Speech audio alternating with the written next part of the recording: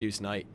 This is big. The Lucedale native, Lucedale, Mississippi native. You called this last week. I It did. said if Trinidad Chambliss, does not get his waiver cleared by the NCAA, there is going to be an opening at Ole Miss because Austin Simmons left Ole Miss transfer. He's going to set the transfer at Missouri, so it left an opening there at QB1 for an Ole Miss program that it has been absolutely dynamite. So it just made sense that the former five-star player out of Lucedale would stay in the state of Mississippi. Yeah. I know that Ole Miss was one of the teams that was chasing him hard before he ended up signing with Hugh Freeze and the Auburn Tigers. Of course, Auburn going in a different direction. They're going with Byron Brown as their quarterback.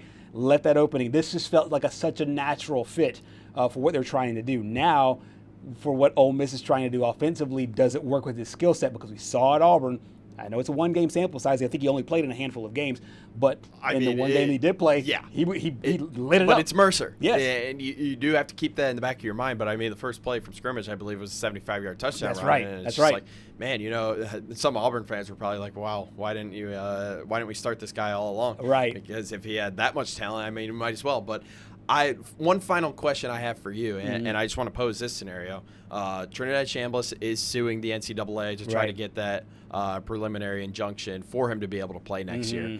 And one of the topics of discussion was Deuce Knight wants to play right now. Yeah. And he believes that he can play right now.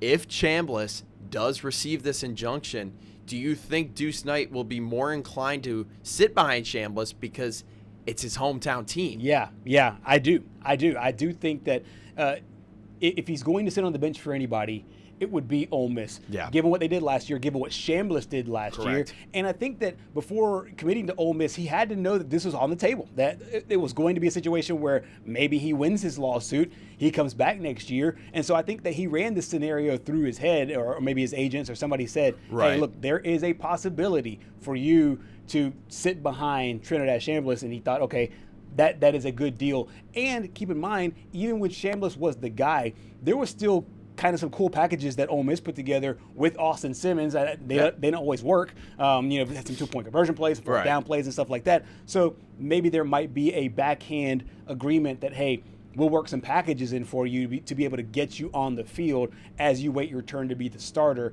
To me, that is a lot more of a compelling argument for Deuce Knight to be able to get Deuce Knight back in-house. So to answer your question, I think, yes, they would say, hey, he would say, hey, I'm willing to do that for this school, and probably only this school because it is a hometown team. And he's going to be the starter in 27. Sure, absolutely. Because Chambliss is obviously, he's 100% done. If he doesn't get this, he's obviously done this year. Correct. But he's definitely done after next season. And I think Deuce Knight under Joe Judge, I think 1 year working under Joe Judge, just working on your skill sets, working on these progressions, get familiar with this offense, he has a great chance to, I think, potentially be better than Trinidad Chambliss because Trinidad is a dual threat quarterback as well. And I know some teams started a game plan around that in the playoff. We didn't see him use his legs as often. But Deuce Knight has a crazy skill set, just yet to be determined whether or not he can translate that into SEC play.